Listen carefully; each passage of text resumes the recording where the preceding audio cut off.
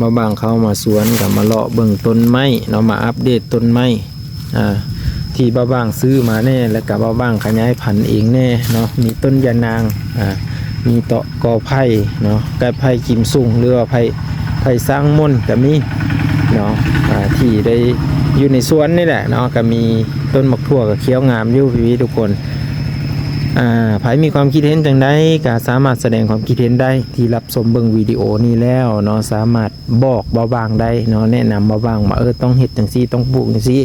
เบาบางขอบพระคุณเบิดทุกคนพี่ๆที่แนะนำสิ่งดีๆให้เบาบางขอบพระคุณและอยากให้พี่ๆทุกคนแนะนำเบาบางได้เลยเนาะว่าจะเฮ็ดแนวใดปลูกอีหยังแน่เนาะที่คนไทยเพิ่นกำลังนิยมกันปลูกเนาะเบาบางก็อยากจะปลูกแบบนั้นเนาะอยากจะเรียนรู้นำพี่ๆฟังไทย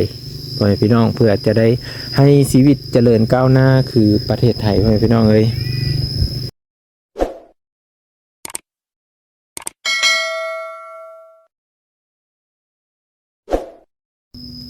มื้อนี้มาบ้างก็อยู่บ้านเนาะมาบ้างก็สิพาเข้าไปสวนเด้อพี่ๆทุกคนเนาะก็คือสิเข้าไปเบิ่งสวนก่อนไปเบิ่งเครื่องปลูกของพังแล้วก็ไปเบิ่งต้นไม้นะต้นไม้ที่เอามาใหม่นะทุกคนสวัสดีพี่ๆทุกคนสบายดี FC ที่อยู่ลาวและอยู่ต่างประเทศนำเนาะไม่ว่าจะเป็นประเทศไทยพ่อแม่พี่น้องสวัสดีเบิร์ดทุกคนเมื่อนี้มาบ้างกาสิพาเข้าไปเบิ่งสวนเนาะก็คือไปเบิ่งต้นไม้ที่ว่าบ้างเอามานะทุกคนถามว่าแพงบ่มันก็แพงอยู่ทุกคนเนาะแพงถ้าอยู่ประเทศไทยนี่เพิ่นว่าต้นละ100 บาทเนาะคันว่าอยู่ประเทศลาวนี่ก็แสนสาวนี่ก็ตกอยู่200 บาทเนาะแสนสาว130เนาะบางต้นคือต้นมะม่วงนี่แห้งแพงเนาะต้นมะม่วงตกอยู่200,000สาวพี่ทุกคนก็ถือว่าแพงบอกก็แพงอยู่ได้ไปจะได้กลับไปเบิ่งนำกันพี่ทุกคนปะตอนนี้ก็คือสิได้เข้าไปเนาะบ่ได้เห็นสวนหลายวันแล้วพี่ทุกคนวันนี้บ้างจะพาเข้าไปเลยเนาะอันนี้คือดอกมากินที่เนาะเดี๋ยวเราเข้าไปสวนนำกันเด้อบัดนี้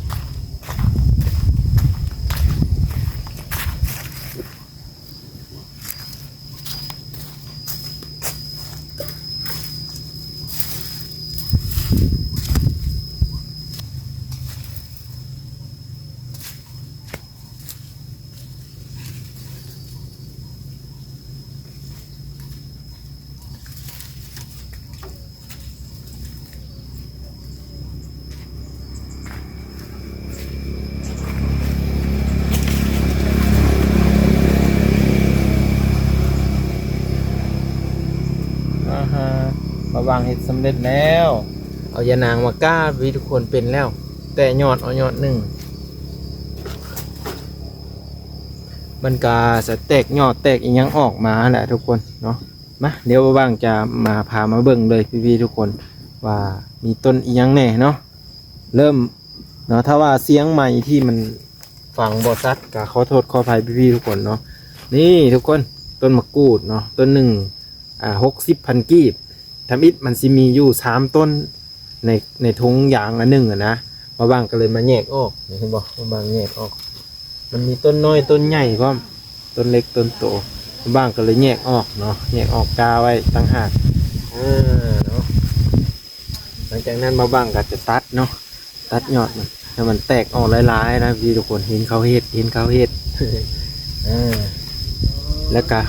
ถ้ามีหลายต้นมันกะบอถึงขั้นกับว่าหลายต้นเนาะ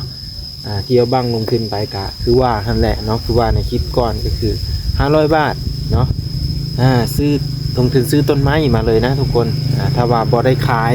ก็คือเอามาปลูกเนาะเอามาปลูกไว้เองเลยเนาะนี่ก็คือป้าเพิ่นอยู่ทางประเทศไทยเพิ่นซื้อไว้แล้วเนาะต้นว่า6 ต้นเนาะ6 ต้นนี่คือเพิ่นให้ไปปลูกให้นั่นเพิ่นจะเฮ็ดสวนทุกคนนี่เดี๋ยวบางจะมาบอกอีกเด้อนี่ตัวนี้จะเป็นต้นต้นมะม่วงเด้อตัวนี้เด้อต้นมะม่วงตัวนี้จะเป็นต้นมะม่วงนี่ต้นมะม่วง3 ฤดูเนาะตัวนี้มันจะเป็นตลอดพี่ทุกคนนี่เนาะอันนี้เราจะใส่กระถางมาให้ตัวนี้จะเป็นเขากาไหนเด้อกาไหนมันเป็น กาไหนแบบธรรมชาติบ้านเฮาเลยเนาะหลังจากที่เขาซื้อเป็นต้นมาแล้วเขาก็เอาในมันมาก้าเนาะก็จะมีต้นสูงแน่เนาะอันนี้คือแบกินแบกัดตอนที่มันอยู่นำเขาแหละแต่ก็บ่เป็นหยังเนาะมันนั้นมันก็น่าจะทอดยอดออกไปเรื่อยๆนะทุกคนก็มีแต่ต้นใหญ่ๆต้นงามๆเนาะก็เอาไปปลูกนี่ก็สิประมาณ2 ปีเนาะได้กินมากตามที่ผู้ขายเพิ่นเว้าให้ฟังเนาะเอาไปซื้อไปปลูกนะแต่ก็เบิ่งตัวจริงอีกเนาะทุกคนว่าเฮาบำรุงรักษามันได้ส่ำใดเนาะในระยะ2 ปีเนาะอันนี้ก็ถือว่าใหญ่เติบอยู่ประมาณ50 เซนเนาะ50 เซนไปปลายบางอันก็ฮอดเม็ดเนาะต้นมะม่วงเนาะตัวนี้ยังอยู่2 4 6 7ยังอยู่7 ต้นเนาะก็คือมาบ้างลงขายทาง Facebook เนาะลงขายทาง Facebook แล้วก็บางทีหมู่เพื่อนเนาะอยู่ทาง Facebook นะเพิ่นเห็นแล้วเพิ่นซื้อซอยมานี่เพิ่นจะอุดหนุนซอยนะอันนี้ก็ขอบุญขอบคุณหมู่คู่เนาะแล้วก็ขอบุญขอบคุณ FC ที่ให้การรับชมเบิ้งเนาะว้าวกระคัดลิ้นเนาะรับชมเบิ้ง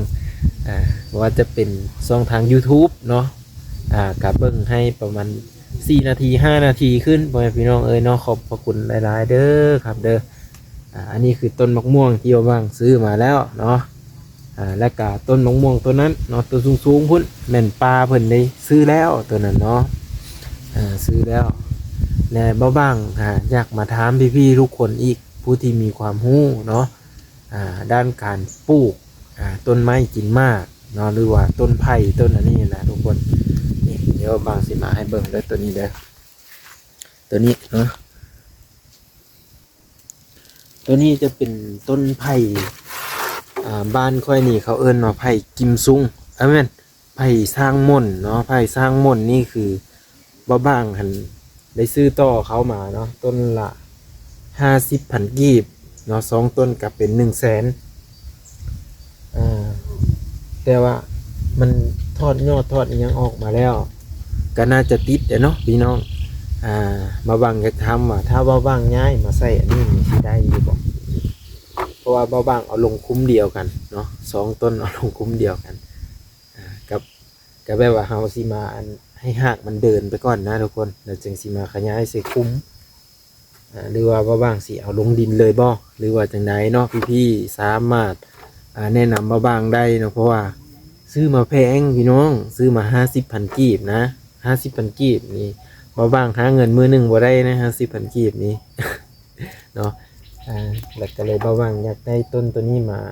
เพื่อว่าถ้าเราปลูกเป็นกอใหญ่ๆเลยเราสามารถที่จะเอาตัวนี้หันไปต่อยอดให้มันหลายแสนขึ้นไปอีกนะทุกคนเนาะแต่ก็อาศัยหลายปีเนาะแต่ตัวนี้หันบ้างกันยังบ่ทันมีความรู้บางทีบ้างสิเอามาใส่นี่แล้วย่ามันตายนะก็เลยถามพี่ๆทุกคนเบิ่งเนาะว่าเหมาะสมบ่เนาะหรือว่าจังไดเนาะก็คือยานมยานางเขานี่คือติดแล้ว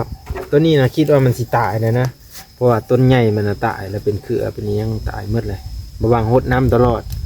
พอดีมันเกิดขึ้นมาคิดว่าหญ้ามาเบิ่งข้างในอัมโบเมนดียานางนี่ก็เลยกล้าไว้เลยทุกคนกล้าไว้เลยกล้าไว้ใส่เองนี่แหละยานางเพราะว่ามันจำเป็นแหงทุกคนเนาะจำเป็นร้ายบางทีเฮาแกงหั่นแกงนี่นะเขาต้องใส่ดิต้องใส่เพื่อให้มันยังเขามีความเข้มข้นมียังขึ้นแหละเนาะแต่ว่าบางเอามาปลูกได้แล้วก็สีพาไปเบิ่งต้นสะอมเด้อเนาะเอาแบบบ่ได้ตัดต่อเลยพี่ทุกคนเนาะเบิ่งไปนำกันเห็นไปนำกันบางเห็นก็คือพี่ๆได้เห็นนะต้นสะอมแม่นบางจะจัดไว้อยู่สวนพุ่นเนาะแล้วก็มีต้นแป้งหนัวกกแป้งหนัวอยู่ลาวเฮานี่จะเอิ้นว่าต้นแป้งหนัวเนาะแต่อยู่บ้านพี่ๆนี่บ่ฮู้ว่าต้นหยังเนาะนี่เดี๋ยวบางสิพาเบิ่งมันแตกยอดตลอดเลยยอดโคตรหลายเลยพี่ๆทุกคนนี่ไม่ว่าบ้างหาเด็ดไปกินตลอดเลยนี่ไปนึ่งไปลวกไว้ซุปนี่เป็นเนาะปลูกมาบางปลูกเป็นแถวไปเนี่ยบางสิพาเบิ่งต้นสะอมของบางเป็ดเลยเดี๋ยวพี่ทุกคนเห็นอยู่บ่เบิ่งกันเด้อขออนุญาตจากนิดนึง นี่พี่ทุกคน ก็คือมันจะแทงยอดขึ้นมาแล้วเนาะ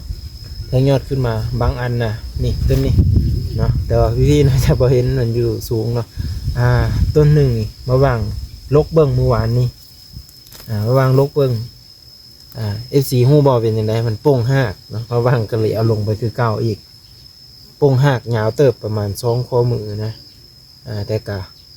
ประวังพังลงดินแล้วบ่ฮู้ว่ามันสิคืนบ่หรือว่าสิตายบ่หรือว่าจังได๋เอาปลูกอยู่100ต้นนี่จะเป็นอยู่50เนาะอันนี้บ่บางปลูกประมาณอยู่30เนาะก็จะเป็นประมาณอยู่10ทุกคนเนาะ30หรือ40นี่แหละบ่ได้นับก็สิติดอยู่ประมาณ10เนาะนี่แถวนี้จะเป็น1 2 3 4 5 6 7 8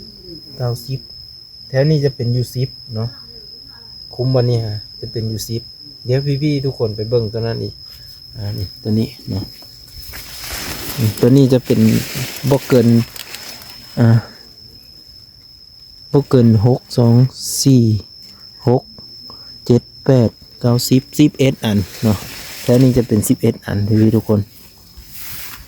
เนาะเห็นไหมว่ามันสมนี่เหตุผลที่ว่าบางเล็ดนี่มาบางอยากให้มันแตกออกเลยนะทุกคนบ่อยากให้มันสูงขึ้นมาอีกอยากให้มันแตกออกเลยอยากให้มันเป็นง่าออกมา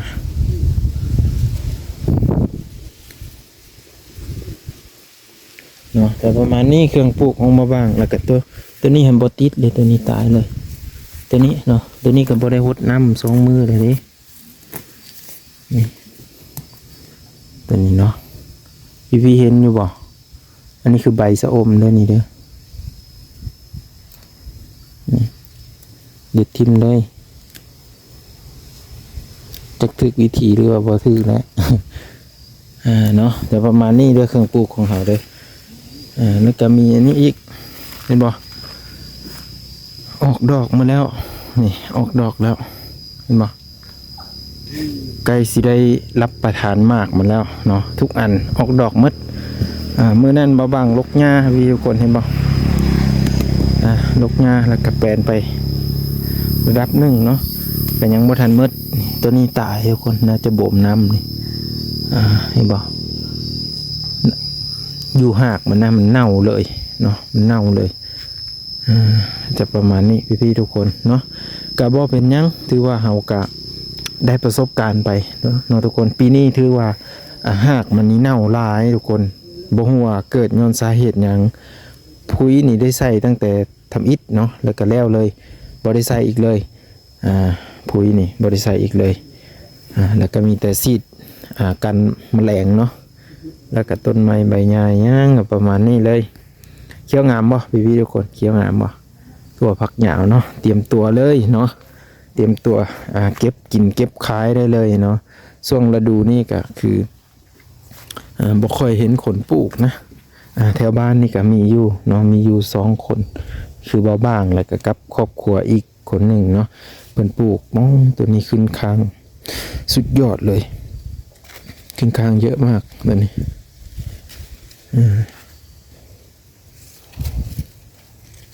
เพราะว่าค้างของเราจะเป็นค้างไม้ไผ่ปีนี้ค้างไม้ไผ่แล้วมันบ่แข็งแรงปานใดนะทุกคนบ่คือไม้ที่บ่ว่างตัดมาปีก่อนนะนี่จะเป็นตัวนี้เนาะแล้วก็ตัวนี้มกเพชรเนาะมกเพชรนี่ก็เขียว2 ปีเลยนะนี่2 ปีแล้วเขียวงามคือเก่าเนาะตัวนี้นะพี่ๆทุกคนนี่ตัวนี้ที่เลือกไว้ให้ป้านะโคตรงามเลยเนาะป้าเพิ่นมาเห็นคือสิดีใจเลยหลานจับให้ต้นใหญ่ๆเลยต้นใหญ่ๆอวบๆงามๆเนาะเนาะงามๆสวยๆคือผู้สาวเลยพี่น้องเนาะต้นใหญ่ๆเป็นจังได๋กับพี่ๆทุกคนสามารถแสดงความคิดเห็นได้ยังอีกต้นหนึ่งมาบางจะพาไปเบิ่งเด้อต้นนี้เนาะนี่พี่ทุกคนต้นนี้ก็คือพี่หูจักอยู่บ่ต้นนี้ยังหูจักบ่เบิ่งเด้อเดี๋ยวขอหนึ่งเด้อ ต้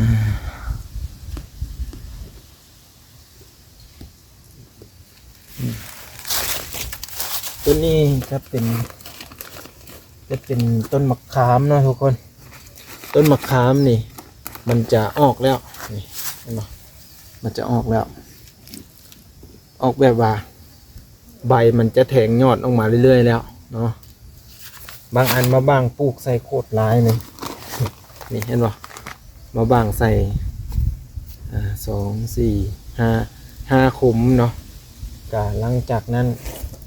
มาบางมีแผนการว่าสิเอาออกมาขยายอีกเนาะสิไปขอขี้แกบของเขามาจุดขี้แกบนะผสมกับขี้แกบและย่ายอีกทั้งหนึ่งอีกเนาะขยายออกอีกให้มันเหลือแต่กกละทั้งเท่านั้นเนาะมาบางจะเอาอันนี้คือแนวพันธุ์นี้เป็นมะขามส้มประมาณนี้แหละทุกคนเนาะมะขามแบบกลางๆนะบหวานพิลึกนะบหวานปานใดนะเนาะประมาณนี้บางคนเขาก็แนะนำอยู่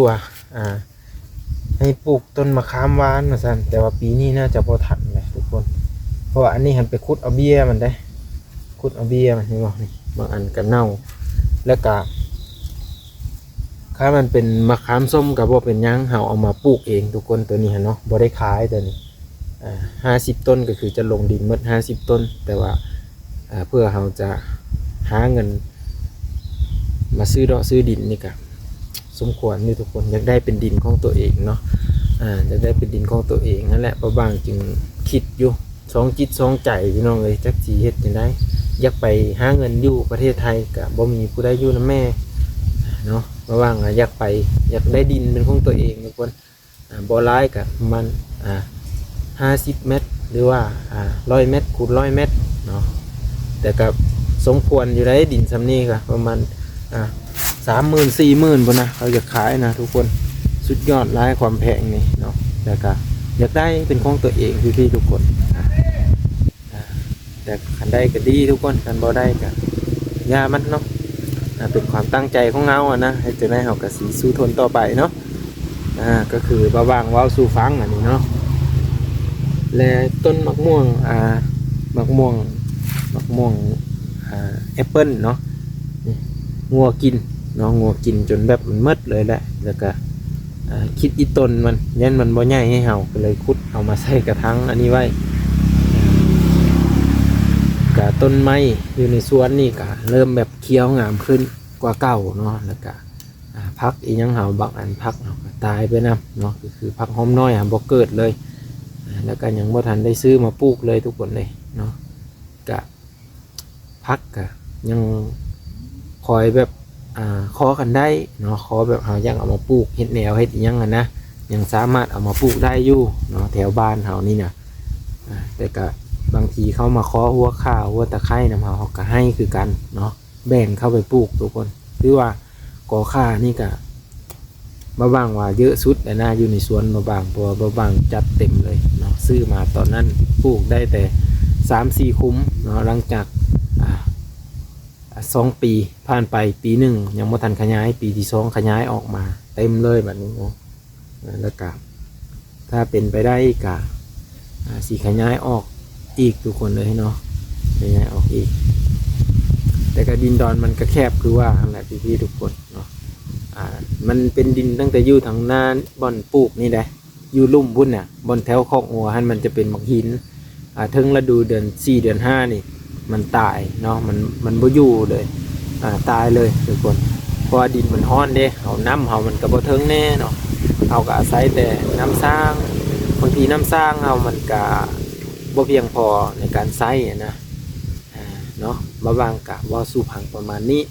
เอาเดี๋ยวเฮาไปจะได้กะรอติดตามเบิ่งตอนต่อไปว่าบางจะมาอัปเดตให้พี่ๆได้เบิ่งเนาะต้นไม้ใบหญ้าเนาะใครมีความรู้จังได๋ลองมาคอมเมนต์บอกว่าบางได้ทุกคนและก็ขอบคุณพี่ๆทุกคนที่มาให้กำลังใจและติดตามบ่าวบางตลอดมาขอบคุณครับ